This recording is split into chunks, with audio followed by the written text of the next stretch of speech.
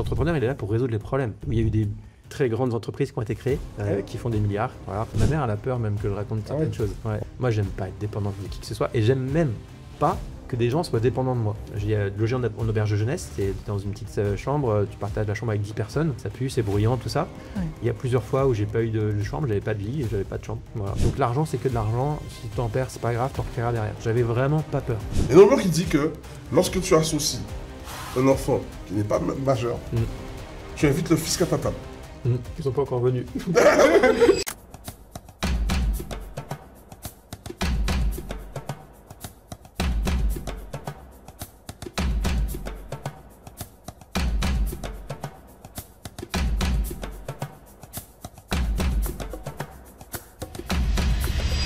Salut Grégory, comment vas-tu? Ça va très bien.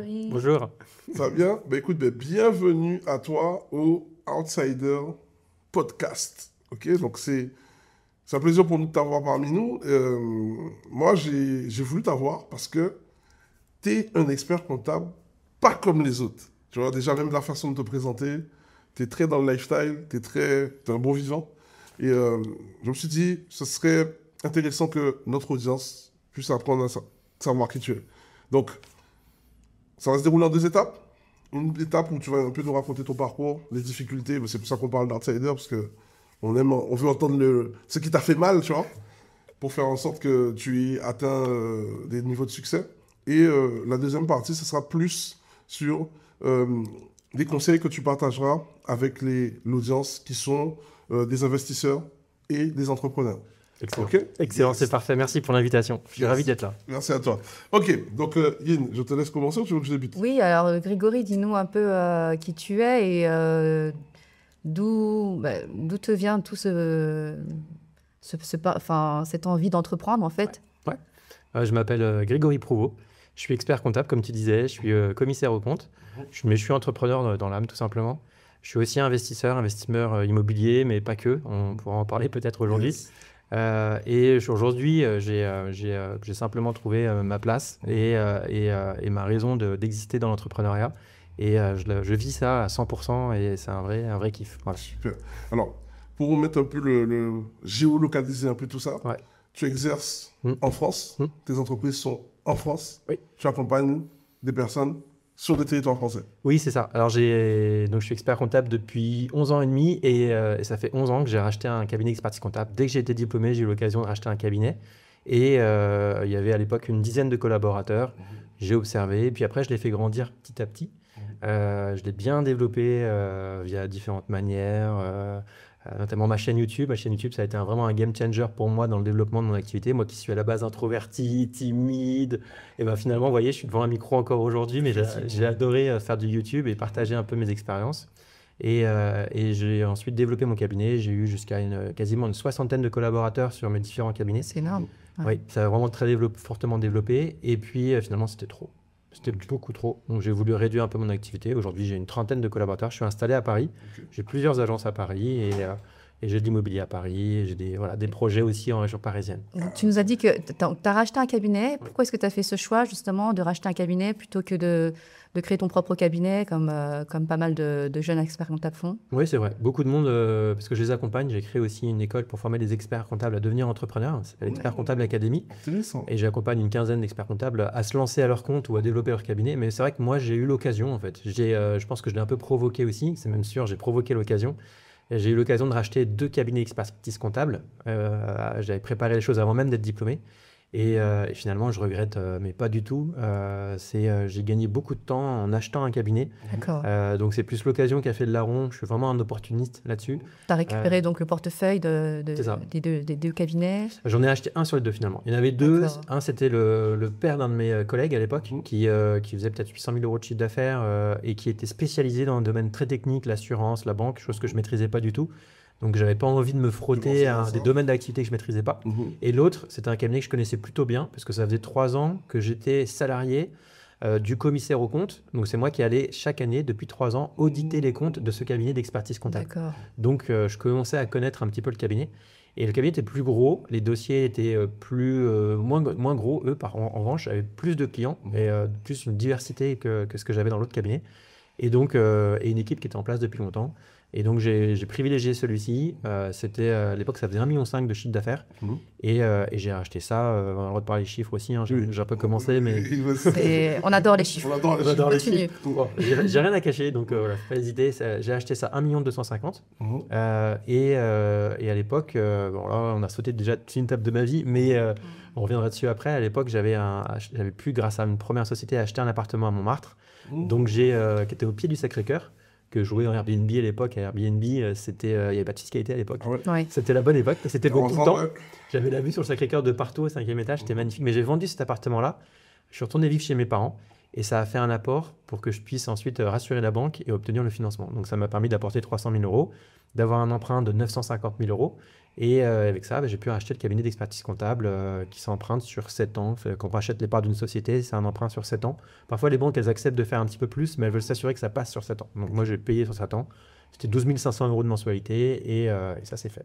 Je vais revenir juste sur ta première expérience. C'est du M&A, ce que tu as fait. Du M&A, c'est quoi le M&A? C'est le fait de racheter, mais c'est du... Comment on appelle ça encore? C'est de la fusion-acquisition. Ouais, d'accord. C'est le cabinet d'expertise comptable. C'est ça. Ouais, j'ai racheté un cabinet et j'ai créé une holding à laquelle j'ai apporté mes 300 000 euros. C'est ma holding qui a emprunté aussi les 950 000 euros. Donc, c'est ma holding qui remboursait le crédit. Ok. Moi, j'étais salarié de la holding. Ok. Et en tant que salarié de mon employeur, de la holding, j'intervenais dans le cabinet d'expertise comptable que ma holding a racheté. D'accord. Et donc, ma holding facturait une prestation pour ce que je faisais à mon cabinet d'expertise comptable et ça permettait de remonter la trésorerie dans la holding pour rembourser le crédit et pour me payer. Voilà. Smart. Smart. Voilà.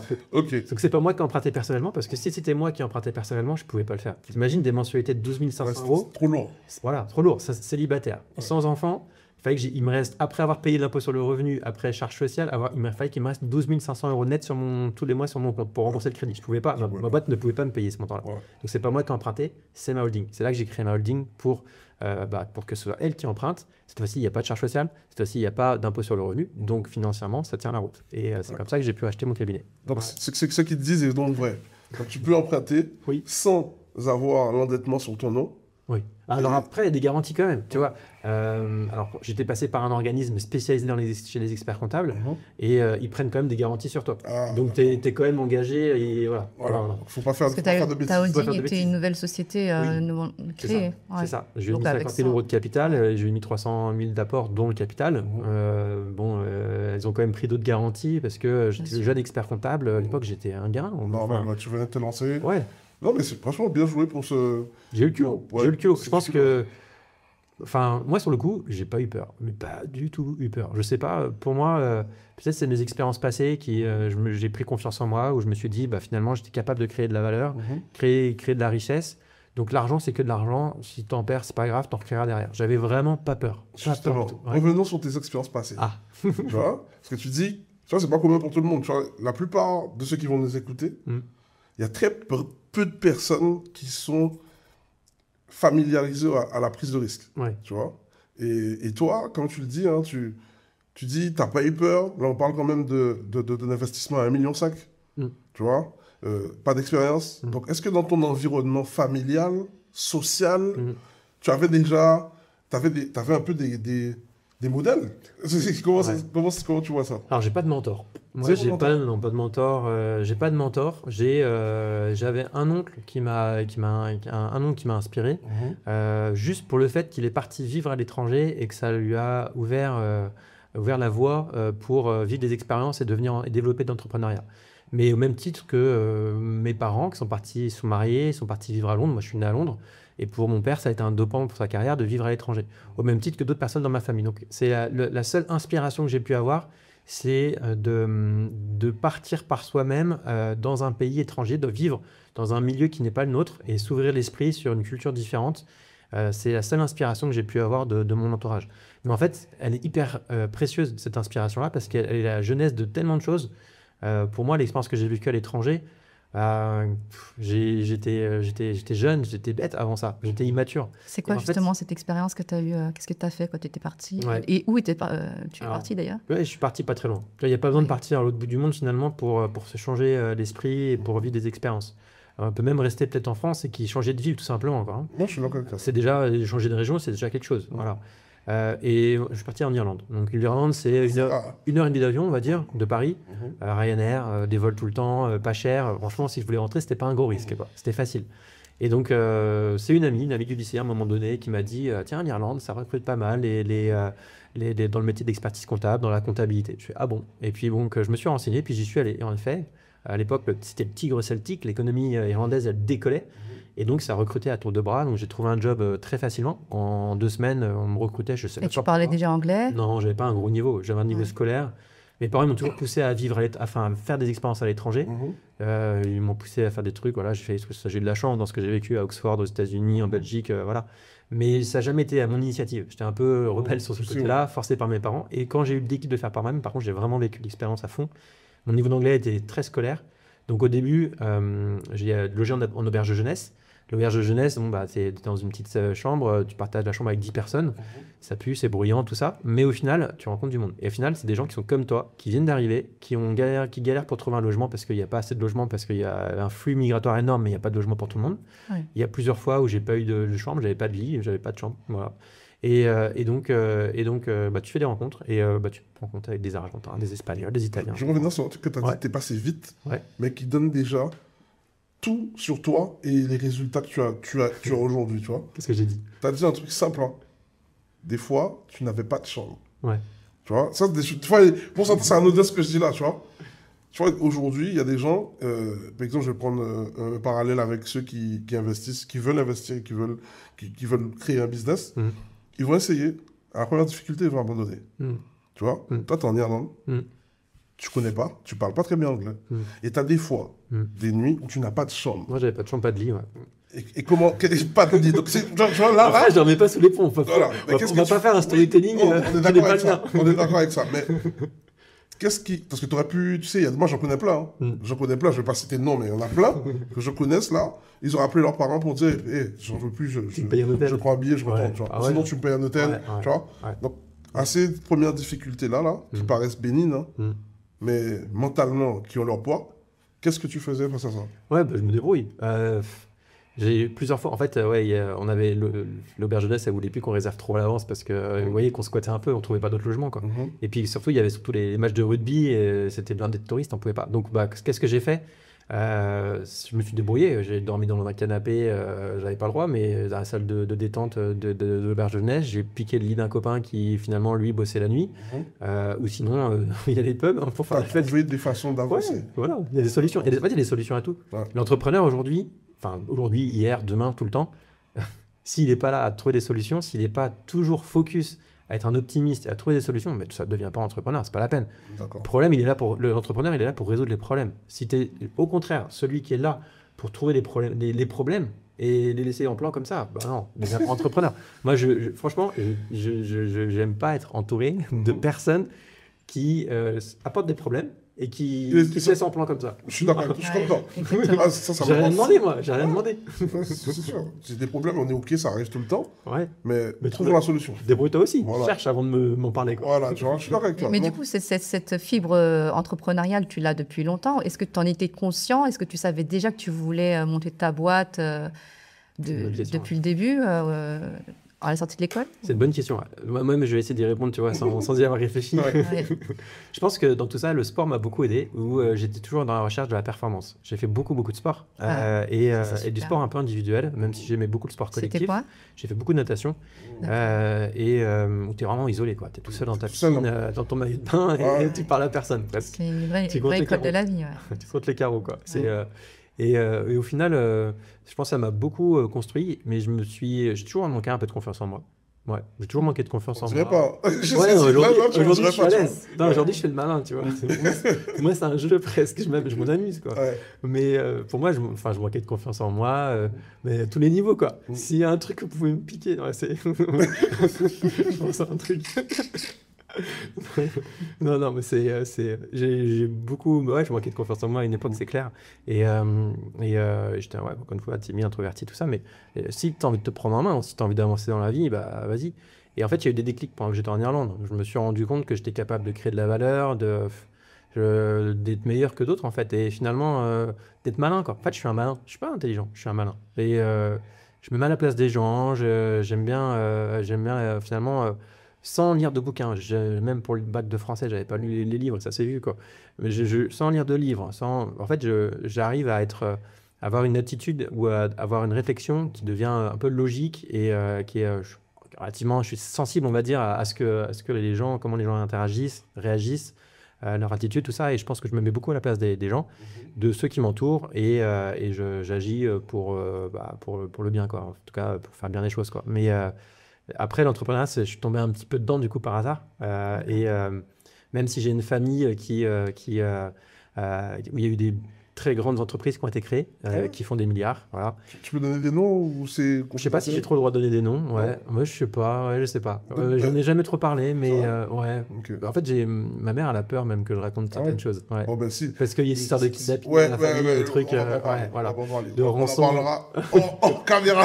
J'ai des histoires de rançon et de kidnapping. Donc ma mère n'aime pas trop que je raconte, je pense. Et pour elle, je ne vais peut-être pas tout raconter. Mais j'ai des très grandes richesses, des très grosses entreprises qui ont été créées soit par mes ancêtres, soit par des membres de la famille, voilà, indirectement. Mais ça veut pas dire qu'on se voit là-haut et tout ça, quoi. Au contraire, enfin, les gens, ils ont beau faire des milliards et être milliardaires peut-être, voilà.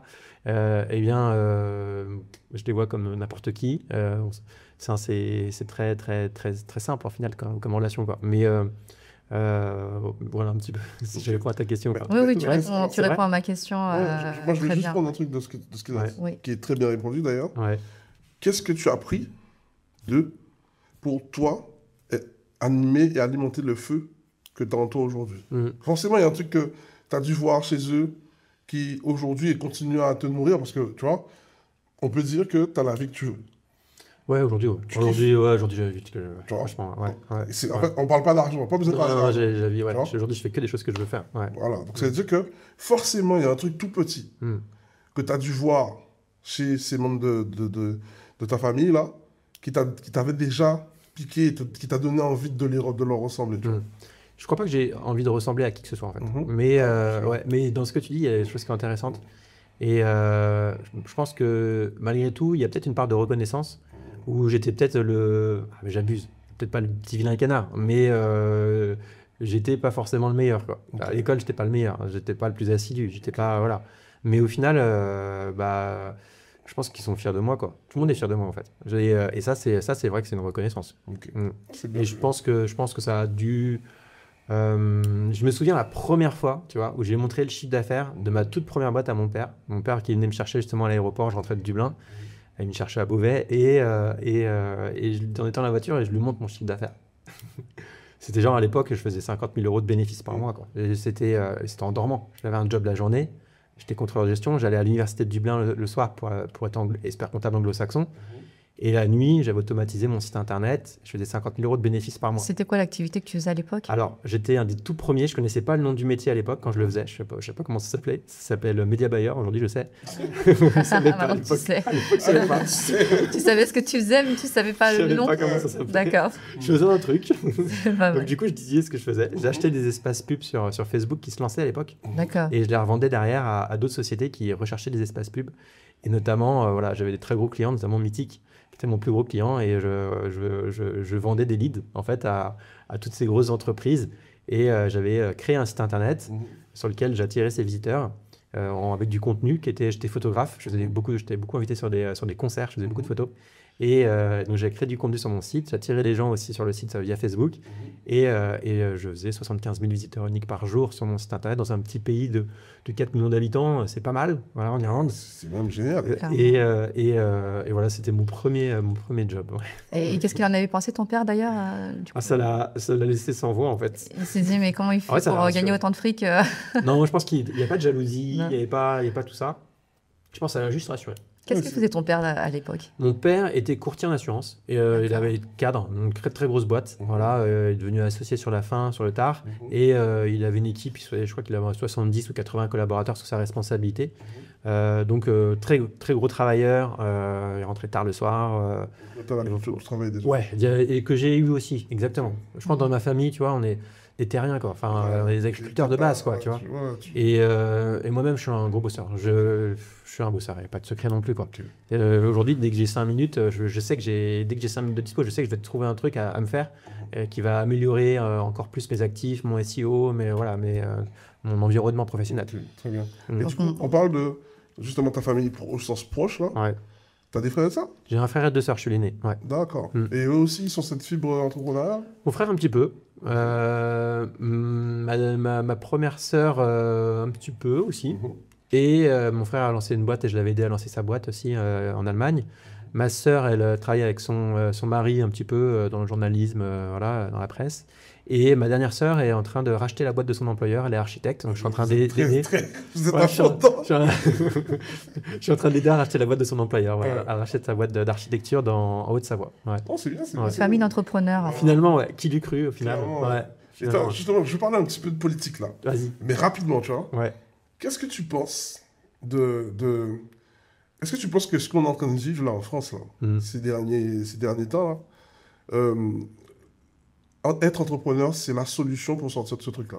Ouais, c'est clair. Peut-être. Est-ce qu'il faut que je développe? Vas-y, développe. Parce que je développe un peu. Pas trop longtemps, mais développe un peu. Dis-moi pourquoi. Oh non, mais il ne faut pas être dépendant de qui que ce soit. En fait, moi, j'aime pas être dépendant de qui que ce soit, de quoi que ce soit. Même pour ma retraite. La retraite, je sais qu'on n'en aura pas ou tellement peu que je ne veux pas être dépendant. Aujourd'hui, ma retraite, avec tout ce que j'ai mis en place, je sais que je gagnerai plus que ce que je gagne aujourd'hui. Donc, et c'est ce que je prône avec tous les entrepreneurs que j'accompagne. Moi, j'aime pas être dépendant de qui que ce soit et j'aime même pas que des gens soient dépendants de moi. Donc, je veux transmettre, je veux partager, je veux que les gens soient aussi indépendants de moi. Qui que ce soit autour de moi, je veux pas qu'ils soient dépendants de moi. Même mon amoureuse, je veux pas qu'elle soit dépendante de moi. Ça me touche ce que tu dis là, parce que c'est ce qu'on est en train de on prône ça tous les jours en fait. Trop bien. Ce truc-là de se dire, ok, t'es salarié aujourd'hui. Après, t'es carriériste, c'est ok, tu vois. Mais si tu as ce truc-là, tu n'aimes pas être dépendant de quelqu'un, utilise tes fiches de paye, ton avis d'imposition pour bâtir quelque chose. Bah oui. Tu vois Parce que ton salut et ta protection va être dans les multitudes de sources de revenus que tu vas te créer, en fait. Fantôme, hein. Il n'y a pas de secret, en fait.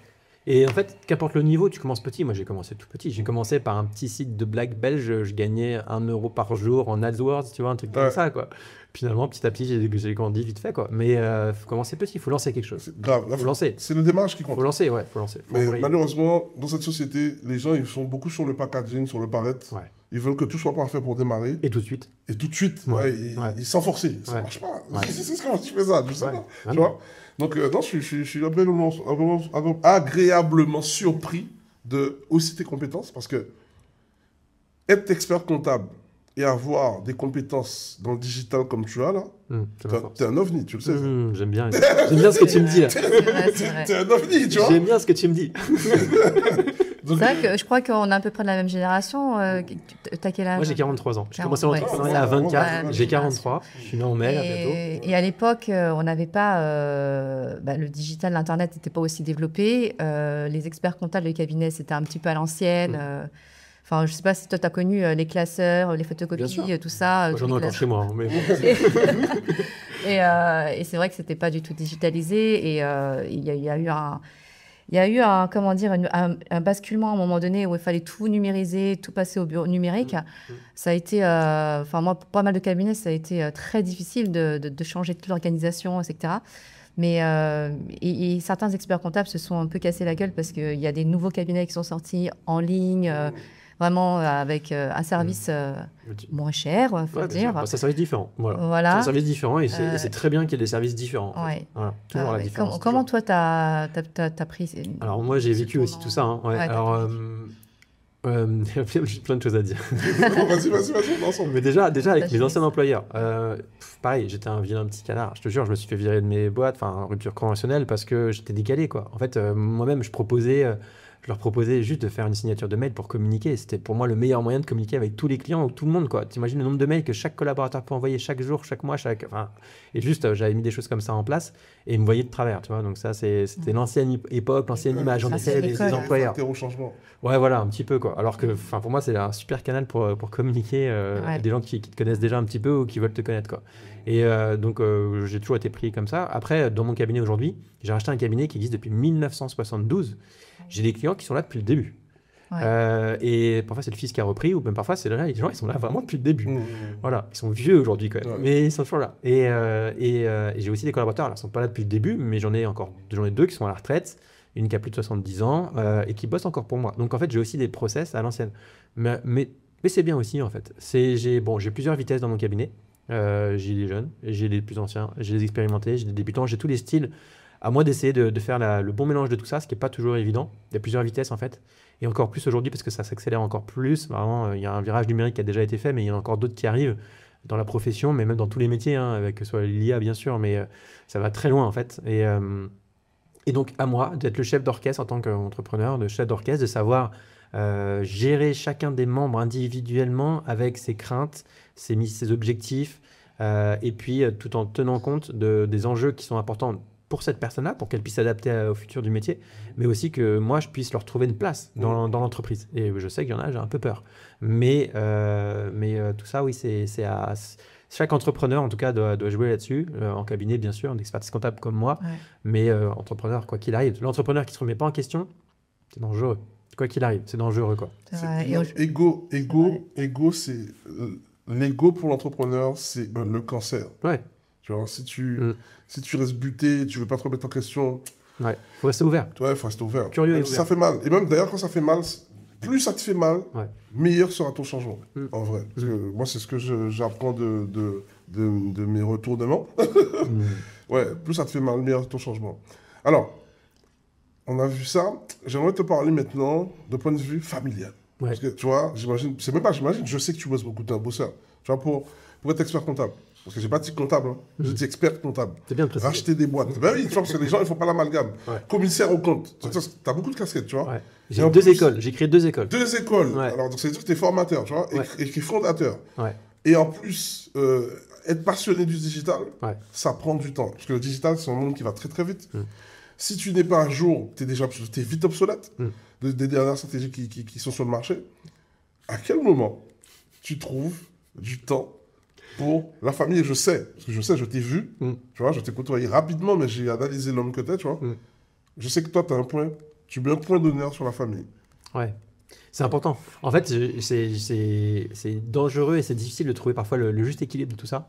Pas facile de trouver, c'est clair. Et j'ai un peu abusé, je sais. Je sais que dans sa vie d'entrepreneur, je pense qu'à un moment donné, il faut investir.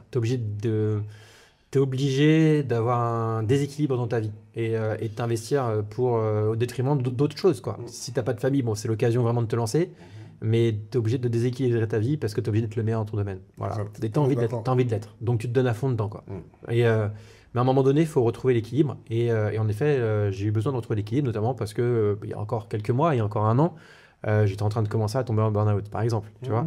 Et donc, je m'en suis rendu compte, alors que je me croyais invincible, tout ça, quoi, avec force de caractère, de personnalité, tu vois. On se croit souvent invincible. Mais en fait, on peut rester fragile à tout ça. Et donc, c'est une raison de plus qui fait qu'en effet, il faut trouver ce juste équilibre. Et après, c'est des rencontres de la vie qui font qu'on a envie de vraiment s'investir avec des personnes qu'on rencontre, quoi. Donc, quand tu commences à créer ta famille, oui, tu as envie de vivre avec ta famille. Là, je sais que j'ai envie de passer du temps, on a des projets ensemble et tout, et j'ai hâte, quoi. Donc, c'est trop cool. Aujourd'hui, tu es marié, tu as des enfants? Je suis pas marié. Non, j'ai une fille, voilà, je suis en concubinage, et j'ai une fille qui va avoir 9 ans bientôt, et qui est ma source de motivation. De toute façon, ma copine et ma fille sont 2 sources de motivation. Et vraiment, j'ai envie de me battre pour elles deux, quoi. Ouais, complètement. Ouais. C'est bien, c'est bien.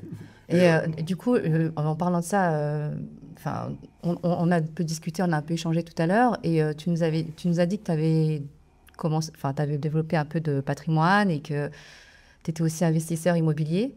À quel moment, quand est-ce que tu as commencé à investir justement, et pourquoi tu as investi autant dans l'immobilier? Oui, alors moi, ma mission de vie presque, c'était déjà de mettre un toit au-dessus de ma famille, de protéger ma famille, quoi, tout simplement. Donc j'ai bossé pour ça depuis que j'ai pu commencer à bosser, mettre de côté, voilà, investir un peu. Je suis un curieux, j'ai investi d'abord en bourse.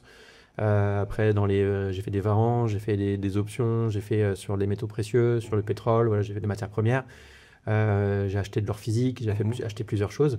Mais c'est vrai que, en tout cas dans l'immobilier, voilà, j'ai pu acheter mon premier appartement en rentrant d'Irlande parce que j'avais créé ma boîte à 24 ans, que ça a bien marché. Et quand je suis rentré en France, j'ai acheté cet appartement à Montmartre. Grâce à la holding.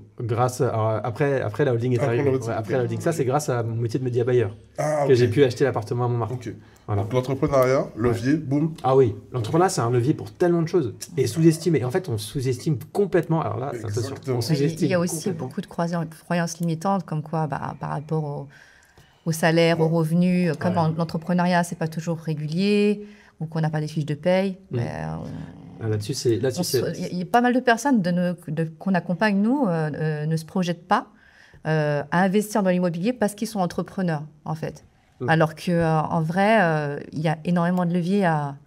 Tu nous le prouves là, nous, moi, je te donne ma théorie. Vas-y, j'ai hâte de partager la mienne. Je le sens, tu veux prendre la parole. Je te donne rapidement ma théorie. Moi, j'ai une théorie. Il y a un chemin à avoir, et le chemin le plus simple. Mais après, je sais qu'il y aura beaucoup de haters qui vont arriver, mais venez, vous allez nous donner de l'audimat.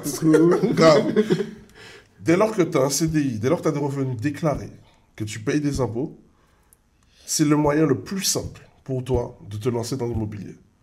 Mais l'immobilier, c'est qu'un pas. Ça te permet d'avoir tes premiers compléments de revenus.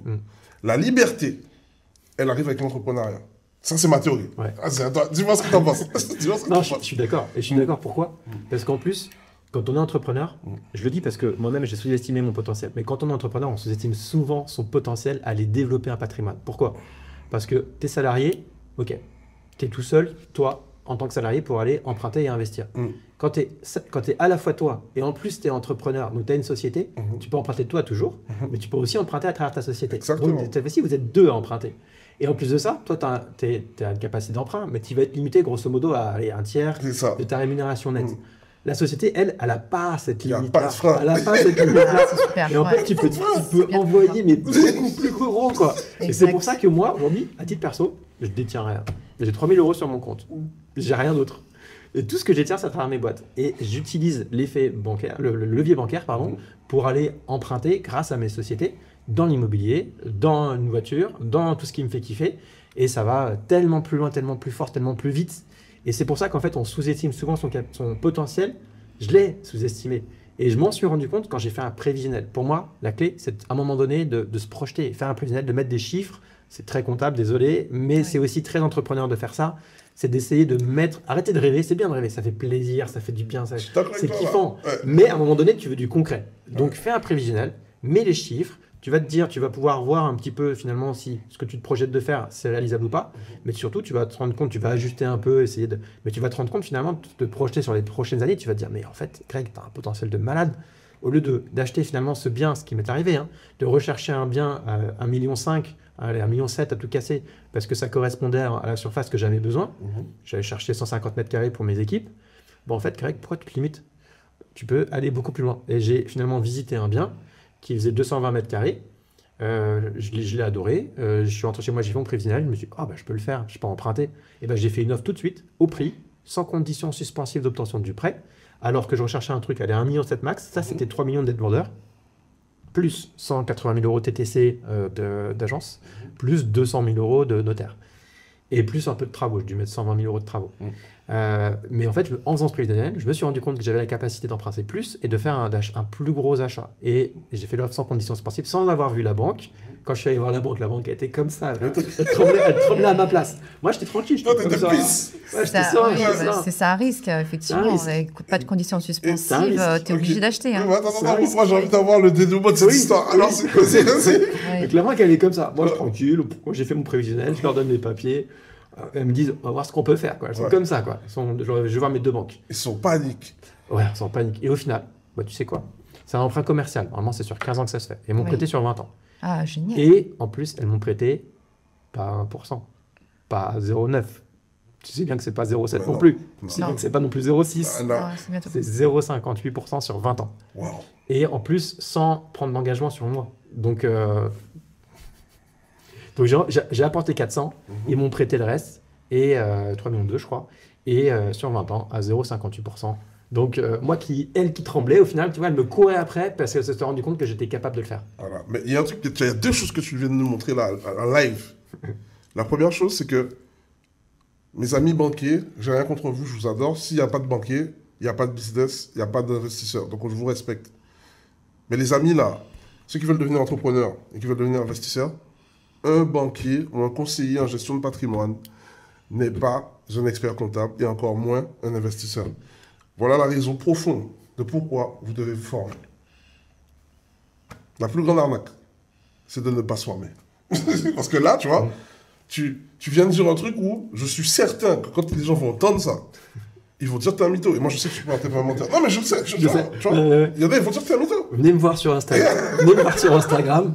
Je vais mettre en story. Il suffit de me demander, je le mets en story pour tout le monde. Quand je l'ai déjà fait, parce qu'en fait, c'est vrai que je suis choqué. À chaque fois que j'ouvre mon classeur, parce qu'obligé encore des classeurs, quand j'ouvre mon classeur, je vois l'échéancier d'emprunt et je vois, il est marqué 0,50. Tu penses, à chaque fois que je le vois, je suis choqué.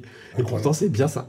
Donc, j'ai un emprunt qui est dingue. T'as pas d'emprunt, t'as pas de dette sur toi. Non. Par contre, ouais, il faut que ta boîte elle tourne. Et ça, c'est la puissance de l'entrepreneuriat. Oui, à l'époque, j'avais 200 000 euros de bénéfices. Ça me faisait chier d'avoir 200 000 euros de bénéfices. Du coup, je me suis dit, j'ai cette enveloppe-là. Ma boîte, elle peut payer un loyer de 200 000 euros par an pour un nouveau local dans lequel je vais mettre mes équipes. Et j'ai emprunté, du coup, les 3 000. Ça fait 15 500 euros par mois, mon crédit. Et donc, ma boîte payait un loyer, on va dire, de 17 000 euros pour occuper l'espace. Et à ma SCI qui a acheté le bien. Et ma SCI devait rembourser les 15 500 tous les mois. Donc, ça tournait bien. Et donc, en plus de ça, en faisant ça, j'ai écrasé mon bénéfice. J'avais plus de bénéfice sur ma société. Pas d'impôt. J'ai économisé, j'ai économisé 50 000 balles d'impôt. Voilà. Par an. C'est propre. Et je développe mon patrimoine. Tu développes ton patrimoine, tu fais encore circuler l'argent à l'intérieur de ton écosystème. Bref, les gars, c'est smart. Faut réfléchir. Et en plus, je mets ma fille associée dedans. Ah, ça m'intéresse. Là, ça, je te laisse parler. Alors... Tout ce qui est investissement avec les enfants, je te laisse poser des questions. Ah oui, non, mais c'est clair que ça intéressera beaucoup de monde. Pourquoi avoir fait ce choix de mettre ta fille et comment tu l'intègres aussi dans ta société? Parce qu'il y a une rumeur qui dit, c'est moi, il y a une rumeur qui dit que lorsque tu associes un enfant qui n'est pas majeur, tu invites le fisc à ta table. Ils sont pas encore venus. Je dis ça, ils vont venir. Le but, c'est pas de te porter l'œil, mais... Alors, voilà. Le but, ils viendront pas pour ça, je pense. Ils viendront pour autre chose. Ah, si ça. Parce que j'ai acheté de grosses voitures et ça les attire en général. Il y a des trucs qui les attirent. Ça les attire. Mais écoute, moi, je vous écoute. Là, je suis en mode masterclass, je vous écoute. Allez-y. Alors... Oui, donc tu as cédé des titres, en fait, de ta société, de ta holding, j'imagine. Ouais. En fait, qu'est-ce qui coûte cher en France? C'est charges sociales, impôt sur le revenu, impôt sur les sociétés et les frais de succession. Mais en fait, le plus cher, c'est les frais de succession. Et on l'oublie parce qu'on est souvent confronté tardivement à ça et on n'y a pas pensé avant, en fait. Ouais. Et du coup, moi, j'essaie de lutter contre tout ce qui coûte cher en France. C'est pour ça que je dis la France, c'est un paradis fiscal. Quand on maîtrise tout ça, moi, je le prouve. Et donc, j'ai lutté sur les droits de succession en anticipant déjà la donation à ma fille. Moi, j'achète que des choses qui sont patrimoniales que je revendrai jamais. Donc, si je les vends jamais de mon vivant, ça veut dire qu'ils seront transmis. Donc, pourquoi pas déjà préparer la transmission à ma fille. Donc, j'ai fait quoi? J'ai fait un démembrement. Démembrement, c'est-à-dire que quand tu détiens un bien, quand tu détiens des parts d'une société, tu as deux droits. Tu as le droit de l'utiliser, l'usufruit, et d'en toucher les fruits. Et tu as le droit de la nue propriété, tu as le droit de le détenir, tu as le droit de... Voilà, c'est un autre droit, tu as deux droits. Et donc moi, je donne qu'une partie de ces droits. J'en garde une partie pour moi et je donne la nue propriété à ma fille. Et donc ça veut dire que ça réduit la valeur des parts parce que je donne que la nue propriété sur les parts que je donne. Donc ça me permet de payer moins de frais de succession si la valeur de ce que je donne a moins de valeur. Et donc, comme j'anticipe, tous les 10 ans, tu peux donner, tous les 15 ans, je sais plus, tous les 10 ans, tu peux donner 150 000 euros, je crois que c'est dans ce sens-là. Ouais. Où c'est, voilà, et bien, autant en profiter. J'ai donné ça le plus tôt possible à ma fille. Et donc, la veille, moi, de mes 41 ans, j'étais chez le notaire. Parce que tous les 41 ans, en fait, le barème évolue sur le démembrement. Et la veille de mes 41 ans, c'est vraiment la veille. J'étais chez le notaire et j'ai fait ma donation à ma fille. Ça m'a permis de donner dans des bonnes conditions à ma fille des parts de ma holding. Du coup, indirectement, elle détient tout ce qui se passe en dessous. Et aujourd'hui, dès que je crée une nouvelle structure, ma fille est directement associée dedans. Donc, j'ai donné à ma fille des parts en pleine propriété et aussi des parts en démembrement. En pleine propriété, pourquoi? Parce que comme ça, elle n'attendra pas mon décès pour déjà peut-être toucher des dividendes. Et donc, ces parts que tu as données, elles sont exonérées totalement d'impôts? Alors, c'est exonéré parce que tu as le droit de donner jusqu'à 100 000 euros tous les... Je crois que c'est 100 000 euros tous les 15 ans. Dans ce sens-là. C'est 100 000 euros tous les 15 ans, j'ai inversé. Pas sûr non plus. Et 100 000 euros tous les 15 ans. Oui, je pense que c'est 100 000. Et donc, quand tu donnes 100 000, tu es exonéré. Après, au-delà, tu n'es pas exonéré. Voilà. Ouais. Mais tu payes... moi, j'aime bien donner des choses lorsqu'elles n'ont pas beaucoup de valeur. Donc, notamment le bien immobilier que j'ai acheté rue du Pont-Neuf, qui est aujourd'hui loué à LVMH, ça valait 0. Il y avait un crédit en face. Donc, je donne quelque chose qui a une base de valeur 0, tu ne payes pas d'impôt sur quelque chose qui vaut 0. Donc je donne déjà des parts de quelque chose qui va prendre de la valeur demain, parce que ça prend de la valeur à chaque fois que je rembourse une mensualité supplémentaire, ou que l'immobilier évolue dans le bon sens. Et donc je préfère donner des choses qui vont prendre de la valeur. Et en faisant ce démembrement, en fait, le principe c'est quoi? C'est que je donne la nue propriété, mais je garde l'usufruit. Donc je garde les revenus locatifs, mais le jour où je décède, eh bien, le droit usufruit que je détiens, il est automatiquement transféré sur le nu propriétaire, sans frais de succession et sans repasser devant le notaire. Donc ça veut dire qu'elle va, à la fin, le jour où je ne serai plus là, récupérer la pleine propriété de tout ce que je détiens. Et ça, en fait, ça fait un bien fou. Le jour où j'ai fait ça, je te jure, moi j'étais en trottinette dans Paris, parce que à l'époque, je n'avais pas la voiture encore, et c'était pratique. Mais tous les jours, je prenais ma vie je risquais ma vie sur la trottinette. Mais là, je me suis dit, t'es libéré. C'est une libération. J'ai fait ça. S'il m'arrive un truc, elle est protégée. En plus, il y a les assurances, emprunts, tu vois. C'est une libération pour toi, et c'est pas un poids pour ta fille, surtout. Parce que c'est vrai qu'énormément de personnes développent un patrimoine sans penser vraiment à la succession. Et malheureusement, le jour où ils partent, l'enfant ne perd tout le patrimoine parce qu'il ne peut pas payer les droits de succession. Finalement. Exactement. Ça, c'est le tragique. Mais il y a encore d'autres côtés tragiques de l'entrepreneuriat. C'est ceux qui, malheureusement, faute de conseils, ils n'ont pas fait les bonnes choses. Ils sont endettés, ils ont fait des mauvais choix pour pouvoir aller acquérir des biens. L'enfant récupère cette dette-là. C'est des choses qui arrivent, hein, tu vois. Bien sûr, alors, on hérite de la dette et du fruit, donc, non, c'est smart. Je pense que ce podcast, il va péter. Avec plaisir. Je suis là pour ça. Grave. Non, c'est smart. Donc, ça veut dire potentiellement que ta fille, elle est plus riche que moi. C'est ce que j'allais dire. Tu vois, tu vas devancer, tu vas ôter les mots de la bouche. Elle sera plus riche que moi. Ouais, c'est ça. Là, elle est riche, elle ne sait même pas. Ouais. En fait, je l'emmène sur des conférences. De temps en temps, je fais des petites conférences, je raconte un petit peu tout ça. Je lui dis, bouge-toi les oreilles. Bon, en fait, elle comprend un peu, elle se bouge pas trop les oreilles. Est-ce que justement, par rapport à ça, tu la prépares à la succession, à gérer tout ce patrimoine, le business? Encore jeune, mais c'est une bonne question. Il y en a qui se disent, après c'est une question d'éducation, moi, enfin je suis un optimiste comme on disait tout à l'heure. Je suis comme toi. Et elle peut très mal réagir en fait à tout ça, à l'argent, elle peut très mal réagir, c'est beaucoup d'argent quoi. Mais bon, si je suis un pessimiste, je fais rien quoi, et je deviens même pas entrepreneur. Moi je suis un optimiste, donc je vais de l'avant quoi qu'il arrive, on verra, c'est pas grave, on trouvera les solutions, c'est pas un problème, voilà on avance. Et donc c'est vrai que je l'emmène beaucoup avec moi, je l'emmène au coffre, elle voit un peu les choses. Je pense qu'elle ne se rend pas compte de la valeur, mais elle sait quand même que ça va, quoi. Elle sait que ça va. Je pense qu'inconsciemment, tu es en train de développer des choses autour, là, dans ton groupe, là, qui font que tu prépares déjà sa formation sans le savoir. Toi, tu m'as dit que tu as une académie pour aider les entrepreneurs, pour aider les experts comptables. Peut-être que tu fais ça pour que si demain, on ne sait pas, mais au moins, il y aura ça, c'est l'héritage. Et elle te verra lui parler. Moi, en tout cas, c'est ce que je fais. J'aide les entrepreneurs et les investisseurs aujourd'hui. Quand je leur parle, je fais en sorte que le message que je leur partage soit simple. De telle façon à ce que si mes enfants devaient s'asseoir et réécouter tous les mots que je diffuse, qu'ils soient capables de l'implémenter. Je suis 100% d'accord avec toi. Voilà. C'est pas évident de simplifier les choses, mais quand on les maîtrise bien, on a cette capacité à pouvoir rendre les choses simples.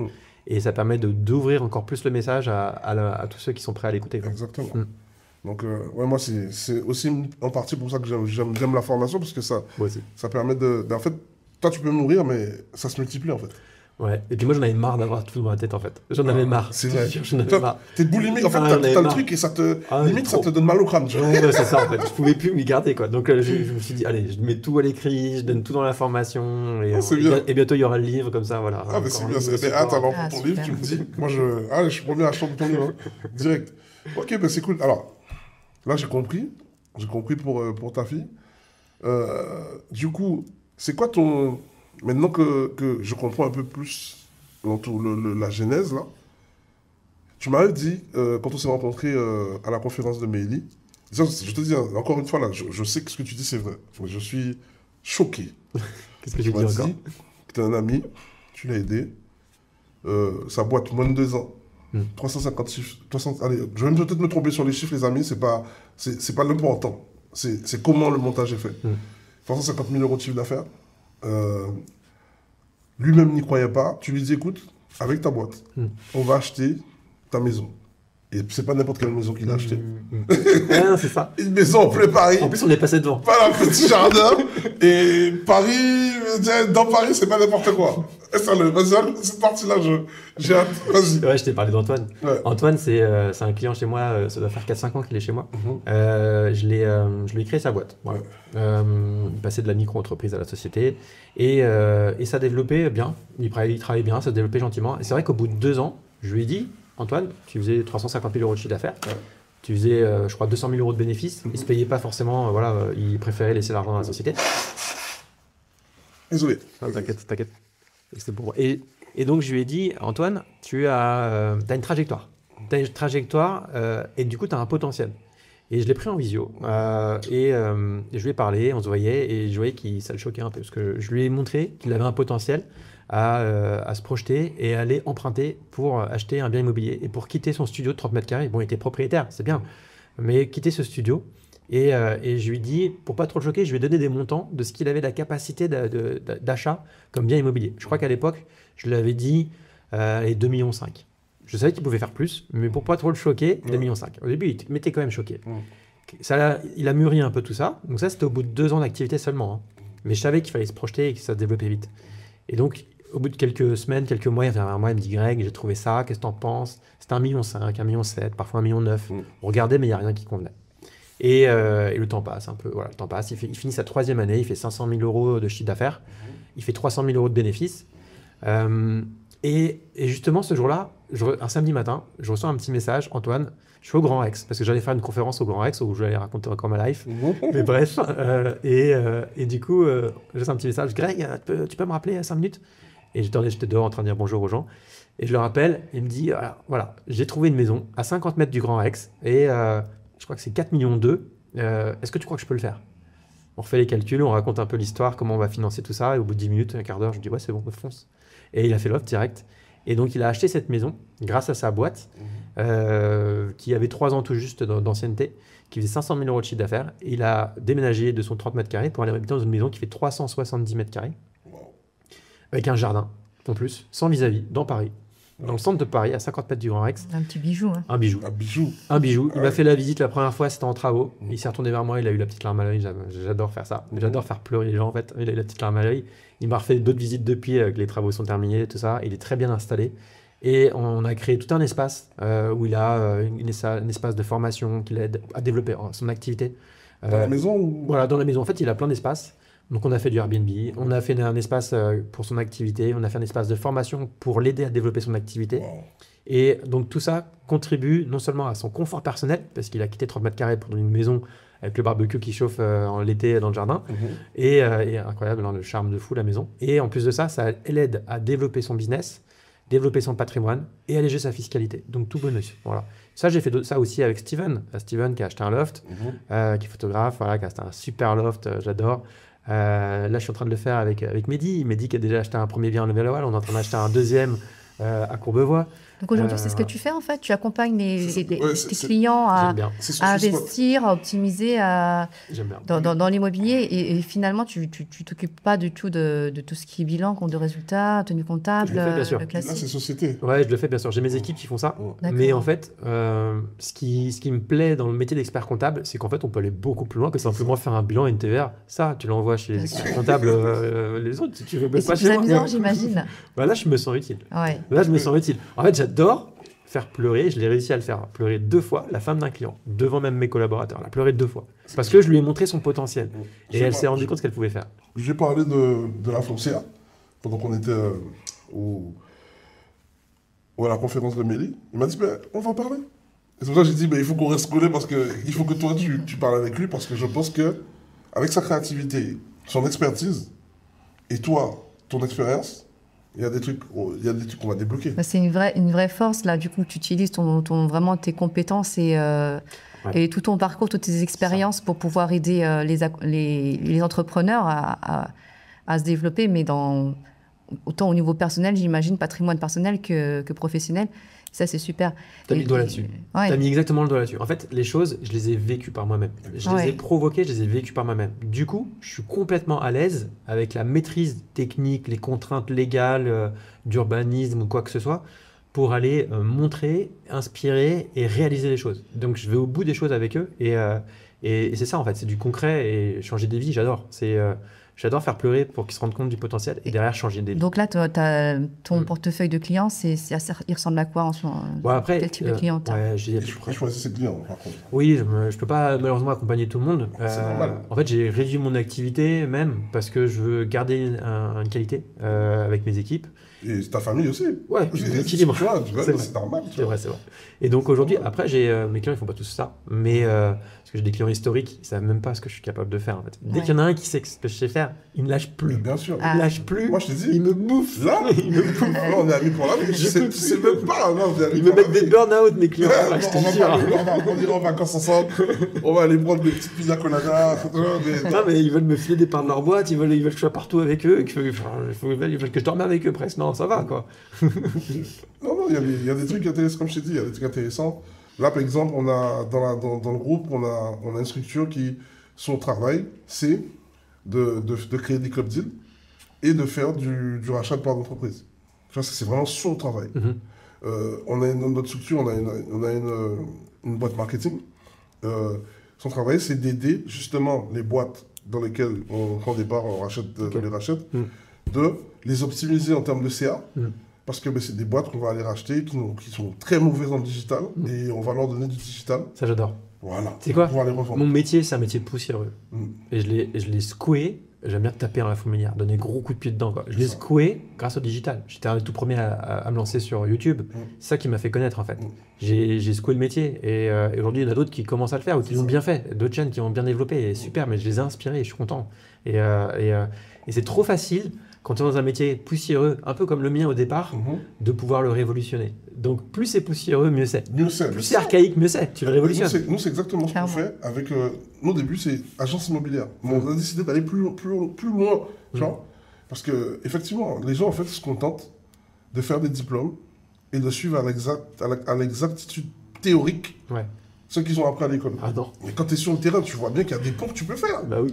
Tu vois, et c'est pour ça que... qui est amusant en plus. Ah oui, il y a trop de ponts. C'est comme là, par exemple, là, on est en train de racheter un cabinet de gestion patrimoine. Pourquoi? Parce que ce cabinet de gestion patrimoine, il va nous permettre de faire des montages avec des crédits lombards, des choses comme ça pour permettre aux gens de rester sur leurs actifs et de prendre du levier pour partir sur autre chose. Mais en plus, avec ce que tu viens de raconter là, en fait, c'est illimité. Illimité. C'est limite. Quand tu commences à jongler ça, ce que tu viens de dire, avec de l'assurance vie, en fait, tu crées ta propre banque. Ah ouais. Bah, tu fais ce que tu veux. Tu vois? Mais en fait, après, c'est jusqu'où tu veux aller. Moi, je cherche pas à être le plus riche du cimetière. Je n'ai rien à foutre. Je m'en fous complètement. Moi, je suis heureux avec ce que j'ai. Après, dans ma vie, c'est vrai que j'ai mon ami, ma copine, qui a cette motivation, cette énergie d'aller chercher des nouveaux projets. Et tant mieux, ça me redonne un petit coup de pied aux fesses, ça me fait du bien aussi d'aller chercher des nouveaux objectifs. Et là, on est en train d'acheter un manoir à Chantilly. Nouveau projet fantastique, incroyable. J'attends le financement, on croise les doigts, on touche du bois. Il y a toujours une période, tu sais, quand même, où tu stresses un peu. Moi, je suis en train de rassembler les fonds de mon côté, mais tant que tu n'as pas le feu vert, il y a toujours une période un peu. C'est le nerf de la guerre, hein. Le financement, c'est toujours la période la plus stressante. Parce que tu tombes souvent, tu peux avoir le montage qui est parfait, mais tu tombes sur des personnes. Si la personne en face de toi, à qui tu présentes le projet, elle est mal lunée, sa vie, elle est dégueulasse. Et puis, il faut qu'elle comprenne le projet. Non, mais c'est vrai, tu vois. Mais c'est vrai. Si sa vie, elle est dégueulasse et que tu lui renvoies quelque chose qu'elle n'a pas travaillé elle-même, elle peut te... Ouais, mais je l'inviterai un week-end, il n'y a pas de souci. Je veux lui rendre sa vie plus sympa. Si elle me finance, je veux bien lui rendre sa vie plus sympa. Il y a une belle piscine chauffée, on va faire des pool parties. Ça va lui permettre aussi de faire pareil. Voilà. C'est clair. Bon, en tout cas, ce qu'on comprend, c'est que tu es l'expert comptable qui peut aider les entrepreneurs dans leur croissance externe, croissance personnelle, croissance externe en entreprise ou croissance interne. En tout cas, tu n'es pas le potentiel. Voilà, tu n'es pas l'expert comptable juste qui va te faire ton bilan et te dire voilà. C'est pas toi. C'est pas toi qui dois faire. Tu as 10 000 € d'impôts à payer cette année, paye et voilà ta liasse, fini. Au revoir. Moi, j'essaye vraiment en effet de les aider à exploiter vraiment leur potentiel. On a un potentiel dingue tous, en tant qu'entrepreneurs. Mais tu vois, tu parlais tout à l'heure du salariat qui paye ses impôts. À un moment donné, même dans l'entrepreneuriat, c'est bien de payer ton impôt. Sache que Si tu payes de l'impôt aujourd'hui, demain, avec les projets que tu vas mettre en place, tu l'économiseras 100 fois, cet impôt que tu viens de payer. Donc ça te fait mal de payer cet impôt aujourd'hui, mais demain, tu vas l'économiser 100 fois en mettant en place les projets et les montages juridiques qui vont être adéquats pour obtenir des financements et pour améliorer ta qualité de vie et faire des investissements. Moi, c'est ce que je fais, en tout cas, dans mes projets personnels, et c'est ce que je prône derrière avec mes clients. Voilà. Ok, très bien. Donc moi, juste pour bien donner les mots forts de cette première partie, parce que là, on va entendre une petite deuxième partie, mais moi, ce que j'entends de ta vie, c'est que tu t'adaptes, tu vois, l'adaptabilité, c'est ce que je retiens. Je retiens la tolérance, le niveau de tes équipes, tu vois. Je retiens le travail acharné. Ouais. La curiosité. La curiosité. Je retiens aussi la créativité. Ouais, ça, beaucoup. Ça, c'est une vraie force que j'essaie de développer. Tous les jours, je me garde du temps pour être créatif. Ok. Et famille. Famille, c'est important pour moi. C'est une source de motivation. Et bien sûr, ce sont mes piliers aussi autour de moi. Et loyauté. Parce que tu vois, tu es capable de garder des gens qui sont pas vraiment dans ce que tu fais aujourd'hui, mais parce qu'ils sont là depuis le début, tu les lâches pas en chemin. Ça, c'est les qualités que j'ai tenues sur cette première partie. Donc, écoute, franchement, content de ce premier échange. Maintenant, sur cette deuxième partie, est-ce que tu peux nous apporter un peu des petits conseils notamment, par exemple, tu vois, là, il y a le LMNP, gros changement pour les investisseurs. Toi, qui as une vision très globale, est-ce qu'il y a de quoi crier au loup? Est-ce qu'il y a un grand changement pour eux? Est-ce que c'est la fin de l'immobilier? Ouais, c'est sûr que c'est un vrai changement, hein, mais bon, c'est comme ça. En fait, c'était anormal ce qu'il y avait jusqu'à présent. C'était anormal avant, en fait. Et ça devient normal aujourd'hui. Voilà. Mais c'est pas parce qu'il y a ce changement de normalité qu'il faut arrêter de rien faire. Si tu crois en l'avenir, si tu as des projets, il faut les mener, tes projets. Donc voilà, c'est sûr que ça a un coût pour ceux qui s'étaient engagés. Ça, je trouve ça pas très correct de changer les règles du jeu en cours de route. Ça, j'aime pas ça. Parce que beaucoup se sont engagés avec des financements, avec des emprunts, avec des conditions aussi de fiscalité derrière qui ont bougé en cours de route. C'est surtout ça. Et donc, si ça j'aime pas trop, ça déséquilibre et ça casse aussi un peu quand même ça peut freiner l'envie d'entreprendre derrière. Voilà. Si les règles changent en cours de route. Et là, c'est vrai que c'est un gros changement. Maintenant, dans le fond, tu vas pas t'arrêter l'immobilier parce que tu peux plus déduire l'amortissement de ton bien immobilier au moment de la revente. Non, tu vas quand même continuer à faire de l'immobilier si c'est un truc qui te plaît, que tu maîtrises bien et que tu sais que ça vaut le coup. Donc il faut pas s'arrêter. Les lois, elles vont toujours évoluer. Il y aura toujours un impôt qui va naître. Faut pas t'arrêter pour autant. Au contraire, il y a d'autres solutions toujours. En fait, il y a toujours des opportunités ailleurs. Moi, j'ai pas fait des LMNP. J'ai fait les SCI. Ouais, et à la limite, les SCI, même aujourd'hui, je me dis que c'est pas ce qu'il y a de mieux. La SARL de famille, les SAS, je trouve ça mieux si les banques financent dessus. Antoine, on a acheté à travers une SAS, on parlait tout à l'heure de sa maison, il a acheté à travers une SAS. Et donc, il y a toujours des opportunités. Et puis, si finalement, tu parlais d'adaptabilité, si finalement, il y a un investissement immobilier qui te paraît moins bien, eh bien, fais d'autres investissements, immobilier toujours, mais différemment. Enfin, il y a toujours des solutions pour malgré tout, développer ton patrimoine. Il faut mettre en place des projets. Donc le changement de l'MNP, c'est pas la fin du monde. On a tellement d'autres possibilités d'investir, de manière d'investir, on va dire. Et, le MNP, il suffit d'avoir les autres leviers, de connaître les autres leviers finalement. Le levier bancaire, en fait, on est en France. Imaginons qu'on soit entrepreneur.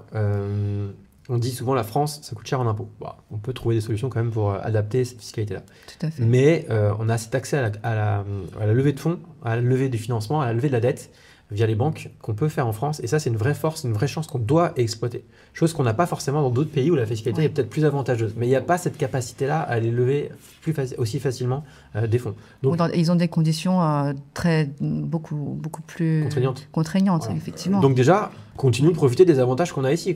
Arrêtons de tirer à boulot à gauche sur tout ce qu'il y a. Il y a quand même pas mal d'avantages. Sinon, on ne serait plus très nombreux. Voilà. C'est bon, parce que, les gens ils parlent beaucoup parce qu'ils n'ont pas vu l'extérieur. C'est pour ça que ça fait du bien de voyager. J'ai oublié de dire aussi que tu es un aventurier, tu as voyagé avant. Ça, c'est il l'a dit avec l'Irlande. Oui, c'est ce que j'ai dit. C'est l'Irlande ou l'Islande? L'Irlande. C'est ce qu'il a dit avant. J'étais à Dublin. C'est ce qu'il a dit avant. Et d'ailleurs, c'est un point commun que je rencontre chez tous les entrepreneurs à succès. C'est que on ne se rend pas compte de ce qu'il y a ici tant qu'on n'est pas allé manger notre pain noir ailleurs. C'est vrai, parce que tu vois, le financement ici, en France, c'est du pain béni. Ouais. Tu peux avoir encore aujourd'hui du financement sans mettre d'apport. Alors qu'à l'étranger, c'est pas vrai. Même dans tes pensées les plus profitables, tu es obligé de mettre de l'apport. Tu vois. Donc, il y a plein de choses et en plus, nous, notre immobilier est adossé... du moins, la réglementation fiscale, elle a adossé à l'immobilier. Parce que pour combler la dette de l'État, là, la France a besoin de l'immobilier pour pouvoir combler cette dette. Bien sûr. Elle va pas le faire avec quelque chose d'autre. Moi, j'aime pas devoir de l'argent, jusqu'au jour où je me suis rendu compte que emprunter de l'argent à une banque, c'était quand même son métier et ils étaient contents, eux, de nous prêter de l'argent parce qu'ils gagnaient de l'argent sur notre dos aussi. Ouais. Donc, en fait, c'est gagnant-gagnant. Donc, depuis, je suis OK pour devoir de l'argent à une banque. Voilà. Pas à mes potes, mais à une banque, oui. Je suis d'accord. Et donc, c'est... Disclaimer, on vous incite pas à aller prendre des crédits, mais quand vous allez comprendre les amortissements, comment ça se passe, et vous verrez, de toute façon, toutes les plus grosses fortunes sont devenues grâce à la dette bien utilisée. Ah oui. Moi, j'adore avoir des millions de crédits. Voilà. Ça t'empêche pas de dormir. Je te vois, t'es un pas bon trop de teint, cernes. t'es bronzé. Donc voilà. Ok, non, c'est cool. Alors, donc ça, c'est bon pour la petite astuce pour les MNP. Maintenant, qu'est-ce que tu donnerais comme conseil aux personnes qui ont envie de se lancer dans l'immobilier, qui sont salariés, dans un premier temps, et après, je te poserai la question un peu similaire pour ceux qui veulent entreprendre. Ouais, c'est une chance d'être salarié. Finalement, c'est le meilleur moyen, meilleur moment en tout cas pour emprunter, pour rassurer une banque, obtenir un financement et se lancer du coup dans l'immobilier. C'est le meilleur moment. C'est vrai que quand on est entrepreneur, la banque, elle peut avoir des réticences. Voilà. Il faut laisser un petit peu de temps, rassurer la banque, montrer que notre boîte, elle prend la bonne direction. Alors que quand tu es salarié, en fait, ils te demandent tes 3 derniers bulletins de paye. Ils ne te demandent pas autant d'ancienneté que quand tu es entrepreneur, où ils te demandent minimum 3 ans, grosso modo. Donc, profitons de cette situation en tant que salarié. On te demande juste 3 fiches de paye, finalement. 3 derniers bulletins de paye, c'est ça. Donc, ça va vite, finalement. Ouais, c'est ça. Ils te demandent de ne plus être en période de préavis, d'essai et de fin de contrat éventuellement. Ils te demandent juste 3 bulletins de paye, alors qu'entrepreneur, ils te demandent 3 bilans. 3 ans. Donc, c'est plus long. Il faut que ce soit nickel, parce qu'ils les scrutent, les bilans. Il faut qu'ils s'apprennent la bonne direction en termes de chiffre d'affaires, de rentabilité, tout ça. Donc, quand on est salarié et qu'on a cette situation-là de stabilité et de ressources, et c'est le meilleur moment pour commencer à faire son premier crédit. Exactement, on est d'accord. Et du coup, pour un entrepreneur, parce que tu as dit quelque chose qui était intéressant et on ne s'est pas arrêté dessus tout à l'heure, c'est que quand tu es rentré d'Irlande, tu as acheté ton premier appartement à Paris. Tu n'étais pas salarié à ce moment-là? Non. J'étais salarié, mais j'avais mon business qui était en train de se terminer. Parce que je le prenais, mon business, j'ai jamais pris au sérieux, je l'ai pris pour de la rigolade. J'ai jamais Donc tu as investi avec quel profil? Donc, en fait, salarié ou l'entrepreneur? Je pense que un mix des deux. J'étais salarié et j'avais encore ma boîte qui tournait. En gros, j'étais en train d'encaisser mon dernier gros paiement qui était de l'ordre de 40 000 €. Donc ma banque l'a reçu. Ça a rassuré un peu plus sur ma capacité et j'avais un salaire qui était raisonnable et ça m'a permis d'emprunter un peu plus que le tiers de mon salaire net. Voilà, grâce aux 40 000 € qui tombaient et grâce à la fin de cette activité. D'où le fait qu'on dise, à chaque fois, nous, on aime bien dire qu'il faut plusieurs sources de revenus. Donc ça, c'est vraiment intéressant pour la banque parce que ça la rassure finalement. Tu avais plusieurs sources de revenus. Parce qu'ils pensaient que ma boîte allait continuer de travailler. Mais ils ne peuvent pas savoir que ça allait s'arrêter. Non. Il y a que toi qui le sais. Moi, je le savais. Je savais que j'avais arrêté et que j'attendais le dernier paiement. Tu vois. Donc, non, c'est intéressant. Alors, il y a aussi un mot ce truc-là qui empêche pas mal de personnes de se lancer. La peur de l'échec, la peur de l'erreur, la peur des problèmes. Quelle est ton expérience vis-à-vis des problèmes? Est-ce que tu en as moins aujourd'hui? Moi, je rigole parce que je connais la réponse, mais est-ce que tu en as moins? Et est-ce qu'il devrait, justement, rester immobile à cause de cette peur? Ouais, non. Voilà. Non. Encore une fois, il faut aller de l'avant, il faut être un petit peu d'optimiste. Un petit brin d'optimisme, ça fait du bien. Et ça nous fait du bien à tous. Et c'est comme ça qu'on s'en dans des projets, avec de l'optimisme. Et des problèmes, il y en aura toujours un peu. En même temps, si tu restes au fond de ton lit, tu en auras moins que si tu te bouges un peu les fesses, mais que tu prépares ta retraite et que tu prépares ta qualité de vie. Oui, des problèmes, j'en ai eu. J'en ai pas eu tant que ça, mais j'en ai eu des plutôt sérieux. Même au boulot, j'en ai eu des sérieux. Des problèmes, je sais pas si je peux trop en parler, mais j'ai envie d'en parler. Vas-y, lâche-toi. Dis tout. Nous, on veut savoir. Non, mais des problèmes de salariés, de sectes, d'influence, de mallettes de billets. Ah ouais. Ouais. Tout ça, bon, mais... Des trucs comme ça dans mes salariés. Ouais. Donc voilà. Et au final, ça m'a coûté beaucoup d'argent de faire partir cette personne-là. Mais c'est pas grave, un confort derrière retrouvé pour mes équipes et moi. Donc j'ai bien fait de le faire. Voilà. Mais oui, enfin, t'es là pour trouver des solutions quoi qu'il arrive. Donc des problèmes, t'en auras. Si t'as pas de problème, c'est presque pas normal. Désolé, mais c'est presque pas normal. C'est qu'en fait, tu vas pas assez loin dans les choses. Et en fait, c'est quoi un problème? Est-ce que le problème, c'est oh mince, j'ai un crédit en cours, il faut que ma banque me demande mes 3 derniers bulletins de paye. Bah oui, donne-lui, c'est pas un vrai problème ça. Mais en fait, c'est pas des vrais problèmes d'aller faire un crédit. Après, trouver des locataires et qu'il y a un risque qui ne paye pas. Bon, bah, tu peux trouver une assurance. Si c'est vraiment, tu as une vraie crainte là-dessus, tu as toujours une sécurité d'aller prendre une assurance non-paiement de loyer, si ça peut te rassurer. Ou sinon, bah, fais pas de l'habitation, fais peut-être du commercial. Peut-être qu'il y a un peu plus, c'est un peu plus sécurisant, peut-être. Ou peut-être que fais un produit qui ne soit pas un produit low cost qui va attirer des locataires low cost qui peuvent être difficiles du coup à être en mesure de payer ton loyer. Peut-être que fais un peu plus de premium et t'attires des clients qui seront plus premium et qui, comme moi avec LVMH, me payent toujours en avance et rubis sur ongle. Voilà, tu vois. Et donc, choisis ton camp. Choisis ton camp dans tout ça. T'as que l'embarras du choix et derrière, tu réduis les risques. Tes risques à toi. Voilà. D'accord. Bon, en tout cas, franchement, je pense qu'on arrive sur la fin. On arrive sur la fin. Oui. J'ai beaucoup appris au travers de ce podcast. Je suis vraiment content. Et j'aime ce type de podcast. Là, ça me permet de finir sur une question ouverte. Okay. Je vois que tu as une belle expérience en locaux commerciaux. Voilà, parce qu'apparemment, tu as fait un local commercial qui aujourd'hui est loué par LVMH. Je pense qu'on va se revoir pour faire une thématique spéciale locaux commerciaux et qui pourrait déboucher peut-être sur une formation ensemble. Ah. Ça peut être intéressant. C'est vrai que j'ai fait que du local commercial. D'ailleurs, pour moi, en fait, pour mes équipes à moi. Et après, quand j'ai réduit mon activité, oui, ça m'a fait trop de locaux commerciaux. Il fallait que je les remette en location et j'ai loué ça à LVMH, à NSS2I. Voilà, c'est vrai. Mais c'est en soi, c'est enrichissant, intéressant, enrichissant sur tous les aspects. Ouais, complètement. Oh, très bien. Bon, ben écoute. Merci Grégory. Moi, c'est bon pour toi? C'est bon pour moi. Je pense qu'en off, on va continuer avec les questions. Mais je pense que le podcast, sinon, il pourra durer une journée entière. J'ai encore plein de choses à dire. C'est vrai que là, je sais que tu en as sur le capot. J'en ai plein là. On en a beaucoup. Ouais. Franchement, des podcasts, voilà. On reviendra. On vous a ramené quelqu'un de... Il faut s'abonner. Comme ça, on reviendra. Exactement. Il faut activer la clochette. Il faut s'abonner. On va mettre les informations sur le business, en tout cas sur Grégory, dans la description. Donc, vous pourrez le suivre en retour. Mais nous, on veut un maximum de commentaires. Si vous voulez revoir Grégory pour parler d'autre chose, il faut le faire. Il faut nous le dire dans le commentaire. Mettez oui, je veux revoir Grégory ou non, j'ai pas envie de le revoir. C'est ça. Je comprendrai, il n'y a pas de souci. Oui, non, pour Grégory. Et s'il revient, on revient avec une surprise pour vous. OK? Donc, c'était le Outsider Podcast et on vous remercie pour ce visionnage. Allez, à bientôt. Ciao. Merci, ciao.